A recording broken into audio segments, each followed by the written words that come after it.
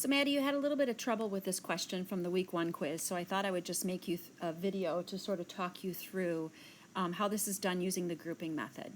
So I agree with you that the leading coefficient is 4y. When you divide every term by 4y, the first divided by 4y is, yes, 7y squared. The second divided by 4y is 21y, but that's not a factor of your polynomial. The third divided by 4y, that would be 8y squared divided by 4y to the first, which is 2y to the first. And then the last term divided by 4y, 24y divided by 4y, is just 6. What we then do when we use the grouping method is we group the first two and find the GCF of them, and we group the last two and find the GCF of them.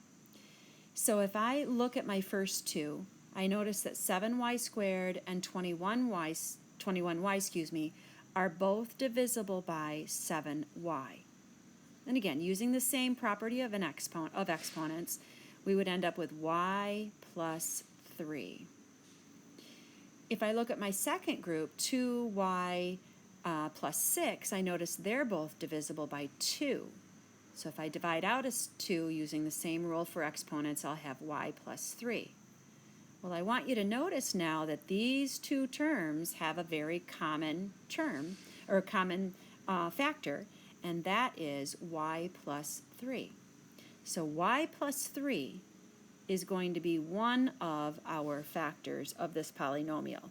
Don't forget, we still have that 4y out in front.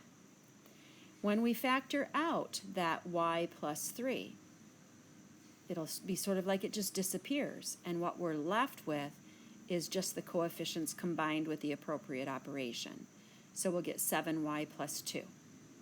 That is your completely factored form of this polynomial. Please let me know if you have any questions.